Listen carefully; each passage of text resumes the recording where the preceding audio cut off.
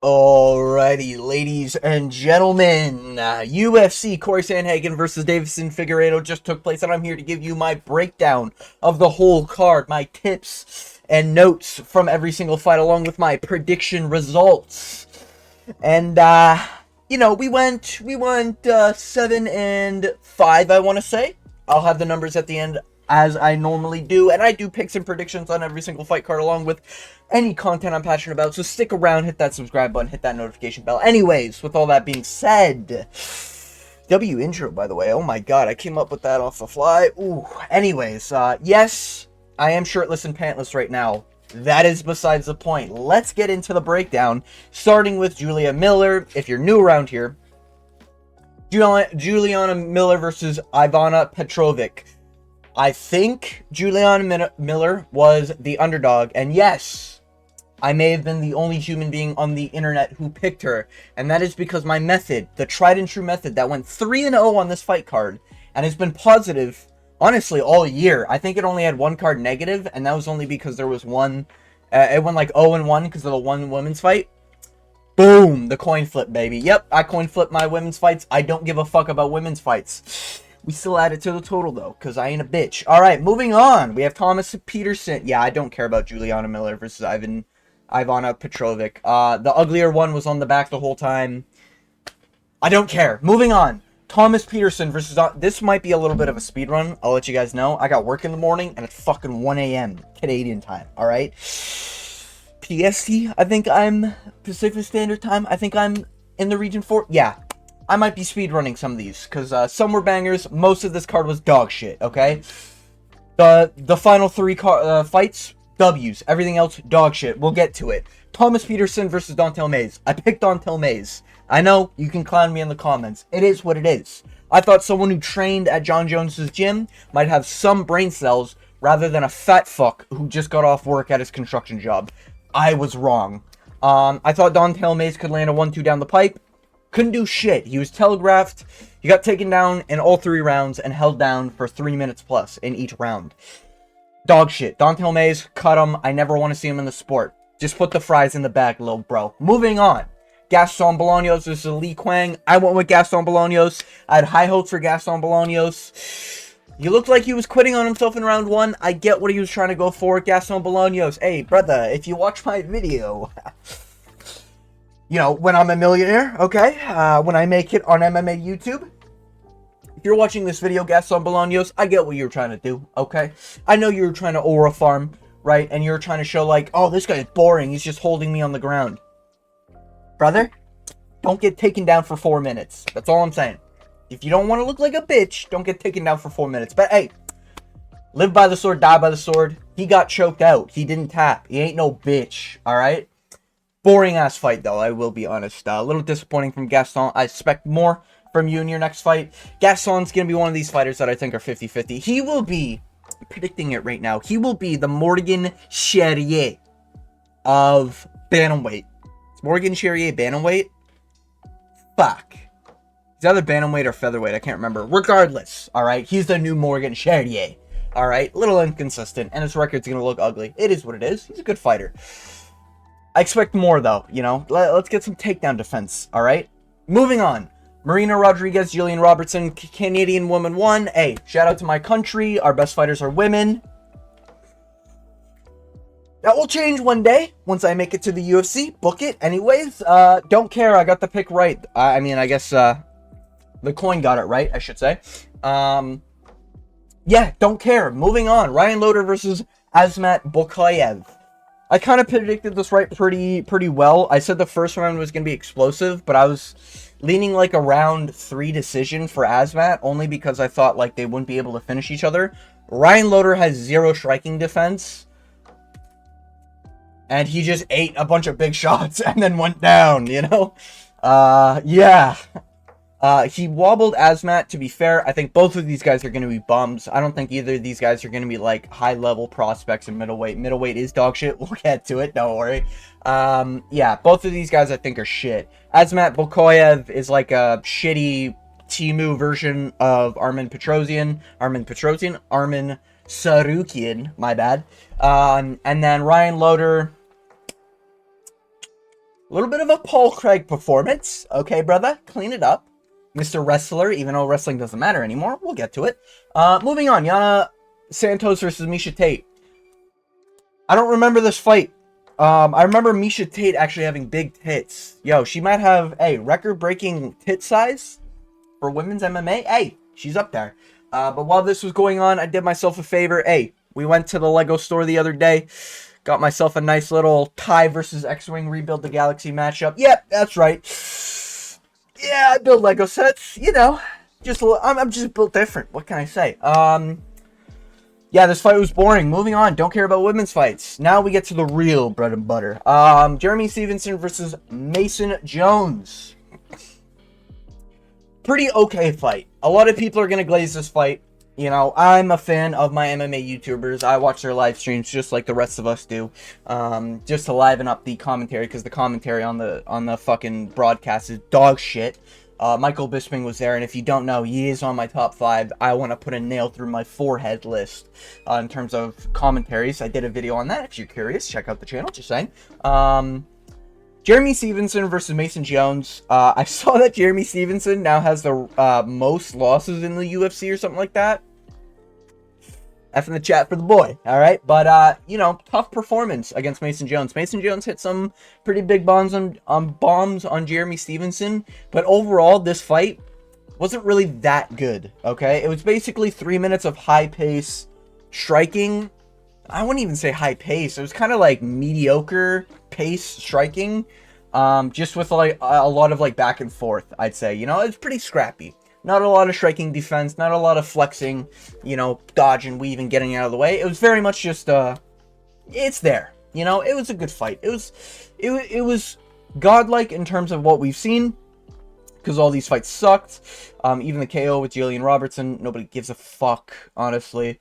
But, you know, overall, not really too impressed with Mason Jones not being able to finish Jeremy Stevenson. I get it, debut. I get it, Jeremy Stevenson's, like, hardest hitting 145er, all right? Don't care, all right? Jeremy Stevenson did look okay, but he does still have that grappling weakness.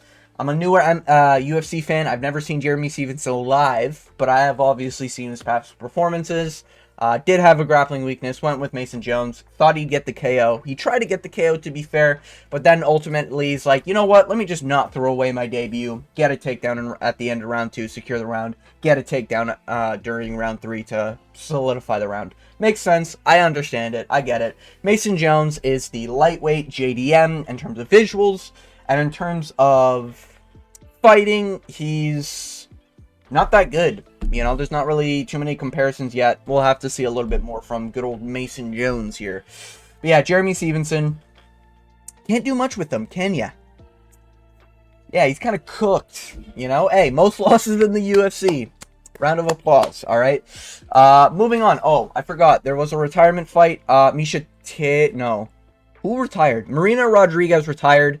She's selling her gloves on OnlyFans. I mean, sorry, online. Because she's not broke. She's doing it for a social experiment, guys. That's what she said. Okay, her words, not mine. Social experiment. Yeah, she's just broke because she sucks at MMA. Just saying. If you, like, oh, man.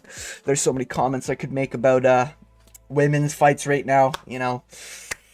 The kitchen's calling! Just kidding. Just kidding. I'm playing a character, guys.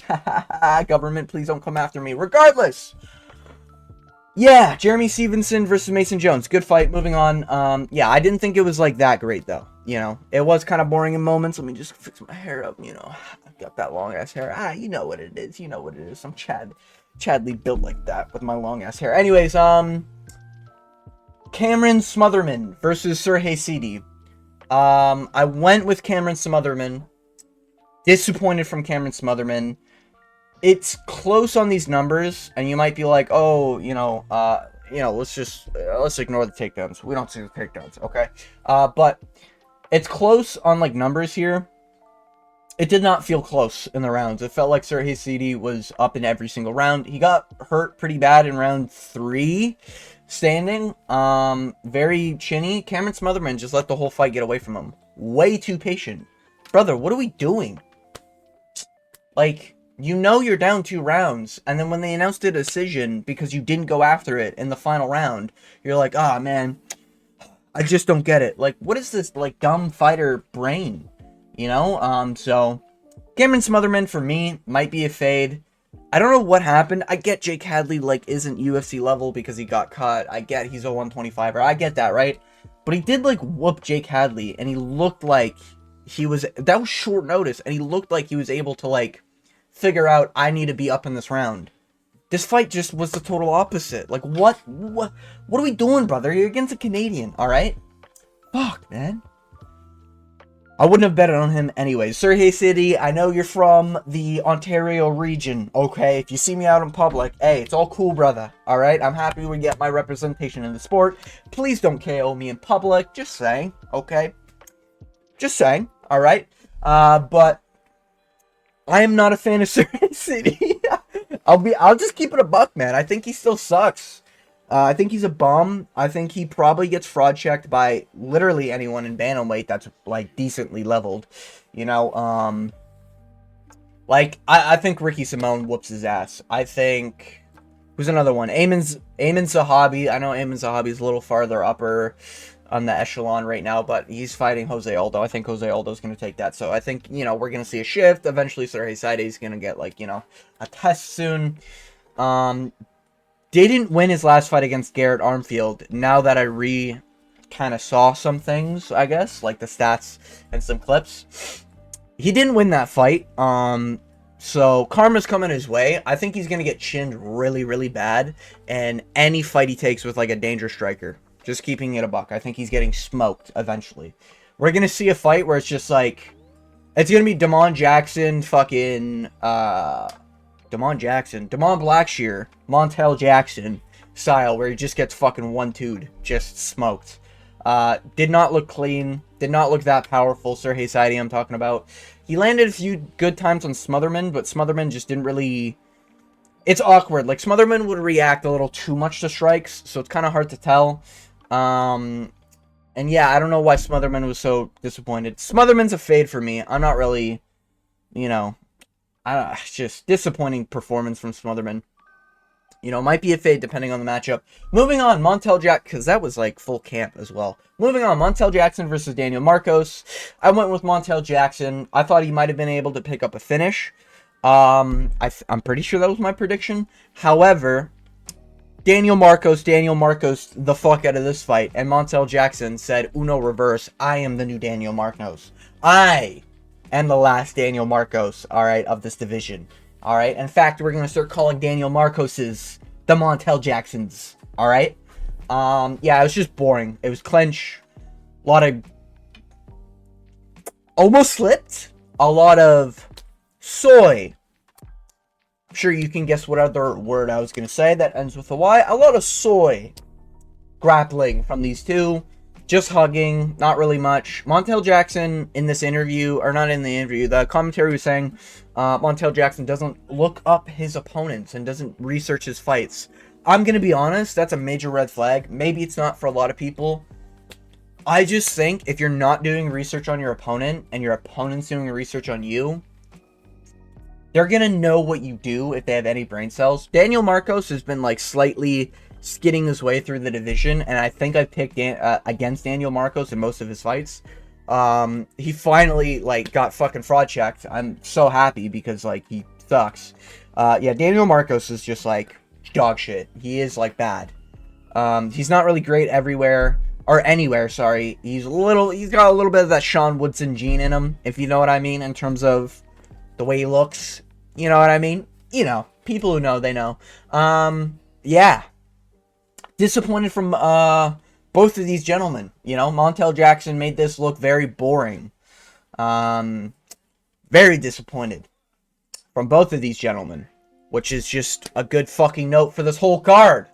Alright? This whole fucking card sucked ass until after this fight. Honestly, this whole card was kind of like, you know, I was just like, I was getting fucking tired. I got work in the morning. I'm just going to move on before I get too long into this rant. But yeah, this card was shit in my opinion. Only the final 3 fights were really pretty good. Moving on. Santiago Ponzinibbio versus Daniel Rodriguez. I went with Santiago Ponzinibbio by round three sub. I did say in my breakdown video, I'm going to be rooting for D-Rod. And you know what? After round 1, I was like, D-Rod, KO this motherfucker. Knock him out. He whooped his ass. Like, D-Rod, like, he took all the damage possible, you know, and he whooped Ponzinibbio. D-Rod, the great thing about D-Rod in this fight is that he showed perfect combo enders, you know? And what I mean by that is, like, you know, the combo where it's like a 1, 2, 3, you know? Or like trying to think of one, you know? I'm trying to think of my training. You know, we're thinking body kick, right hand, you know, and then a fucking hook afterwards. Those hooks over the top, every time when it was a combo ender, landed so clean. They were really good dirty boxing, really good uppercuts. Was it uppercuts? I think he landed an uppercut. Maybe I'm misremembering that. But regardless, sick performance from D-Rod. He was literally whooping his ass. D-Rod will make his run again, alright? Kelvin Gastelum, that weight fucking fat bully, alright? Stop the train. But D-Rod's back, baby, alright? And I know, listen, maybe he got caught smuggling in some PEDs at some point. Okay, but, you know, they let John Jones be the GOAT, guys. So, you know, what's a little PED smuggling? You know, who really is counting here, alright? No, but what's fun about D-Rod is that he's not... D-Rod is like when you're watching a Batman show or insert hero show, alright? Like an Invincible show or something, right? And you just see a criminal and he's just a basic dude, normal-ass criminal, and he's beating the shit out of cops, and then he walks away like a pimp, right? Fucking strutting just like, yeah, I got some battle scars on me. Yeah, I escaped prison once. But the superhero took the day off, you know? There ain't no Batman in Arkham right now, alright? And this guy gets away with it, okay? That's who D-Rod kind of reminds me of. That's the energy I get when I see him fight. I'm just like, yeah, man, fuck up that guy. Yeah, you know, I'm not... Listen, this ain't... You know, don't read too much into that analogy. It's just, I think he's cool, you know? I think he's got aura. You know, the way he kind of, like... You know what I mean? The way he kind of, like, does that thing with his jaw and fucking swings, you know, and when he gets cracked, like, it almost looks like he's untrained for a second, and then he like, locks the fuck in. You know, he gets cracked, he winces a bit, and he's like, oh, fuck this guy. And he just runs in, you know? I like that in a fighter, you know? This is the type of shit I want to see. So, D-Rod, I thought this was the best fight of the card up until this point. I thought this fight sucked, that fight sucked. Jeremy Stevenson was okay, only because of the damage. That's about it. I think this fight is going to get blown, like, oh my god, Mason Jones did that to Jeremy Stevenson, blah, blah, blah, blah, blah. I think this fight was shit. Not shit, I think it was just, like, okay. I thought it was, like, you know, a little better than mediocre. Ponzinibbio D-Rod, I thought was a sick fight, because D-Rod would crack Ponzinibbio. Ponzinibbio's on skates trying to, you know, bob and weave, get out of the way, and D-Rod's still, like, landing precisely. And then Ponzinibbio would land like something big, and D-Rod eats it, and he's just like, oh, I'm the better 38-year-old, walking his ass down, you know? This was like, it's like a low-budget Jim Miller, Bobby Green, but bigger people, you know? So it's kind of cooler. I don't know, I thought it was sick. I was a fan of this fight. I'm a fan of D-Rod. You know, he's like the NPC criminal you see in like a Batman game or something that like does something cool, and you're like, oh, that NPC's cool, and then you whoop his ass because you're playing Batman, you know, or something like that. So, you know, Ian Gary had plot armor, that's the only reason why I beat him. D-Rod beats the rematch, you know, once Ian Gary goes on a losing streak after losing the title. You know, just normal stuff, right? But yeah, D-Rod. Moving on to probably the best fight of... The best fraud check of 2025. Bo Nickel getting whooped by Reiner de Ritter. And hey, you know what? Hey, hand on the Bible or whatever book you prayed to. I thought Bo Nickel was going to whoop Reiner de Ritter. I thought he was going to get a round 1 KO. All right, hey, I'll say it. I'll say what I thought my prediction was. And I'm happy I was wrong. I got to see this fucking nut hugger get knocked out. Knocked out, you know. He's getting whooped, man. Bro, round 1, he got dominated. He got insert Jamal Hill clip, alright? Dominated. I got caught. You got dominated, alright? That is the type of fucking shit I'm talking about from Reiner de Ritter. That is the plot armor we love to see from these no technique strikers, alright? This is what I like to see in my combat sports. Reiner de Ritter came in round 1 and instantly started grappling, and now everyone's thinking, Reiner de Ritter's fucked. He's trying to take down Bo Nickel. He starts, like, trying to do some leg trips and, like, aura farm a little too much. Doesn't really get anything. Bo Nickel lands top position at some point. I think it was, like, a weird takedown, and then Bo Nickel gets a nice clean takedown. Not a clean takedown, but he gets a takedown. And then Bo Nickel gets to the position where he's ready to pull Gilly, and he pulls Gilly.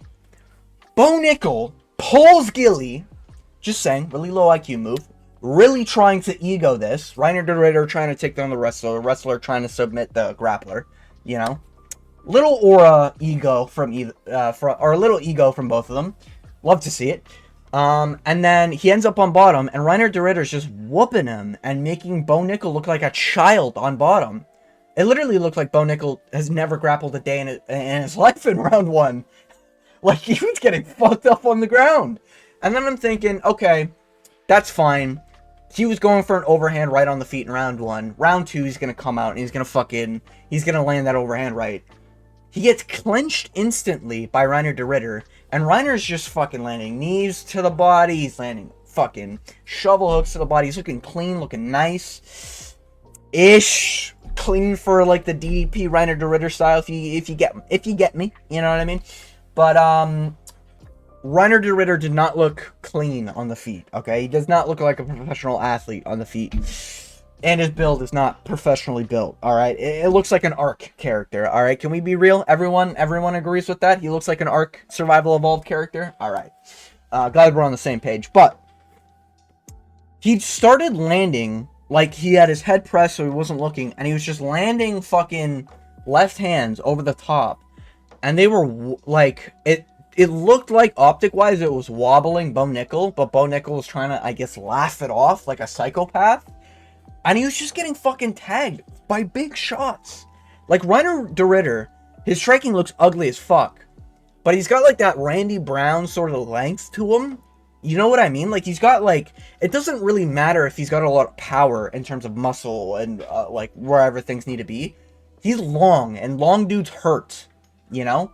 And he was landing clean on Bo Nickel's chin, making him wobble and shit. Lands an elbow off the break.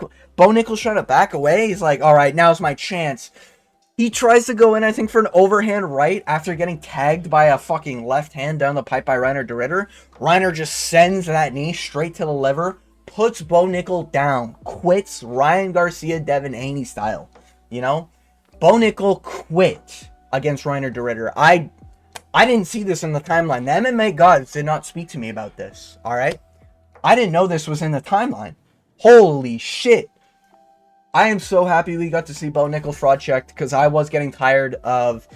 Listen, alright? I was Team Bo Nickel because of the ginger, alright? What can I say? I gotta root for my brethren, okay? I follow ginger, if you get what I mean, right? But it is just like, I'm so tired of nut huggers being overrated. I picked Paul Craig against Bo Nickel. He did win that fight. I'll stand on business. 10 toes down. Hey. Paul Craig won on the striking. He easily won at 29-28, okay? But he was robbed. Reiner de Ritter whooped Bo Nickel, looking like the most autistic striker I've ever seen. He gets it done. Reiner de Ritter has... He's convinced me he's got fucking plot armor, alright? This guy might make a title. This guy might make the title shot, okay? Wow, I can't believe he actually fraud checked Bo Nickel. Bo Nickel fucking sucks, huh?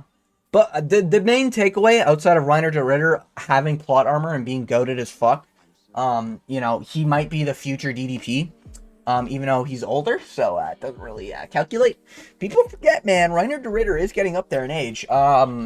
I think he's like 33, 34, something like that. But regardless, the takeaway from this fight, Bo Nickel has 0 striking defense. His whole career has had 0 striking defense. Paul Craig exposed it. Reiner de Ritter read the blueprint. And now it's just like, Who's the next guy who's going to make Bo Nickel quit? I don't think Bo Nickel, like, can get past a lot of these ranked middleweights, to be honest with you. And middleweight is dog shit. Bo Nickel's finished, man. And, you know, maybe this fucking, I had to cut 37 pounds on fight week.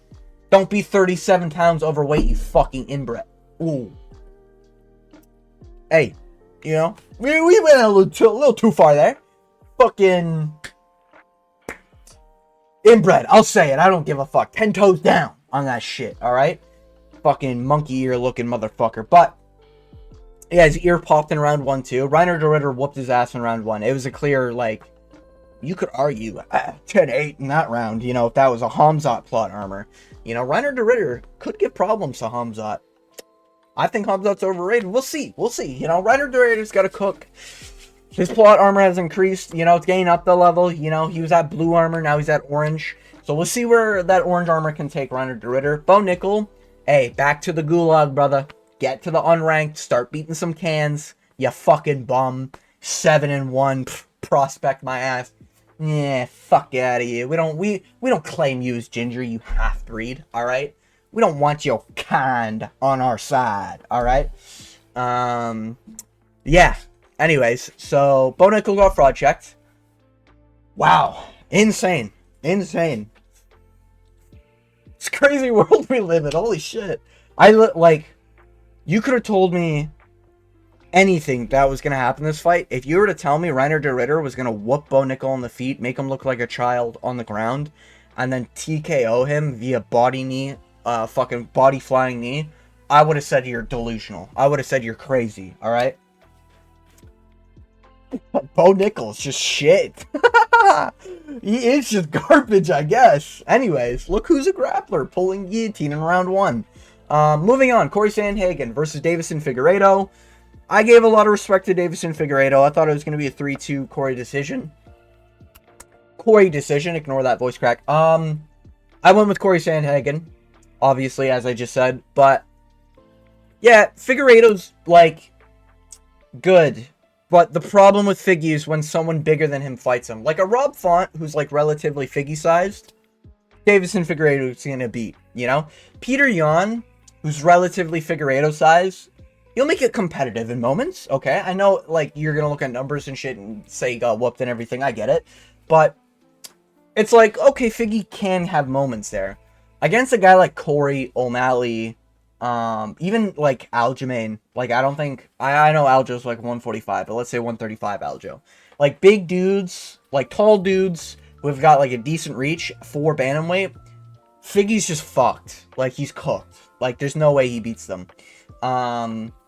But I will say, bro, his knee blew out. That's like an old man injury. I'm just going to be real. I know it's like maybe it was an awkward angle. When I saw it, it just looked like Cory was adjusting. It didn't look like he was really going for a sub attempt. They counted it as a KO. I was so close to betting Cory Sandhagen by KO. Fuck. God damn it. Anyways, yeah. By the way, I don't bet on these fights. I do most of this for passion. Sometimes I bet. Alright? Sometimes I bet. You know? But, only fivers. Okay, I'm not a degenerate. Even though I'm a degenerate because I gamble. But, listen. Alright? Cory Sandhagen got it done. He did look elite in round 1. But I will say, Cory could have ended this fight. And he chose not to. There was many moments where it's like Deiveson's holding on to a fucking ankle lock in round 1 because he got whooped in round 1, shot a weird takedown, ended up on bottom. Figgy kept on trying to go for a heel hook in round 1, and Cory was just landing fucking right hands on the face of Figgy, and Figgy was doing, like, eyes rolling back of the head moments where Cory just could have landed a little bit more, you know? Put that knee on the arm and just go for some elbows, you know? But he just chose not to. And he even chose to engage on like a 50-50 knee/ankle lock position, I think in round 1. I get like he's with the beakers and test tubes and everything, right? But it is just like Cory, like, brother, if you're gonna act like you're this Aura King, fucking Alexander the Great, fucking Kangas Khan book reader, okay? Finish someone in round 1, man. Like, come on, make it look fucking clean on these elite fighters, a former champion, you know? Disappointed. Not really disappointed. Like, the numbers are crazy, but it is just like, he could have ended the fight. He didn't end the fight. And because of that, I'm not convinced Cory beats O'Malley. I'm not convinced this is a Cory era. He's also 33. But he is good. He looked technically good. He just looked like Cory Sandhagen, who was smarter than the last Cory Sandhagen. Maybe not smarter, but a Cory Sandhagen that knew how to close a round, compared to the last one who had no fucking idea how to close a round. You know, so yeah, Cory Sandhagen won. There's a really weird knee situation with Davison Figueiredo. Old man injury, knee blew out. After round 1, Figgy also looked like he was about to quit on the stool. I will say that. Little disappointed from Figgy. I have a lot of respect for Figgy, man, but it is just like, yeah, when it gets to the corner, he is a quitter. You know, yeah, it's just rough. It's rough. It's rough for Figgy and Figgy fans, but Figgy might just have to retire. I didn't stay and see, like, the after shit. I do this, like, instantly right after the finish. So, maybe Figgy did retire. I think he should retire, to be honest with you. I don't think he's going to be anything at bantamweight, especially the way he just lost. Everyone above him is kind of, like, either more dense or longer or taller or stronger. It's like, Figgy's, like, lost all of his advantages. Grappling, he's still technically good. Striking, he's okay, but, like, almost too patient to make his striking really matter unless he gets a KO. So, yeah, it's tough, but, yeah, good win for Cory. This has been my breakdown of the whole card. I sped around as much as I could, even though it's still a 31-minute video. But if you made it all the way to the end of this video, I want to thank you for watching. And as always, I hope you have jawline check. Ooh, a good day.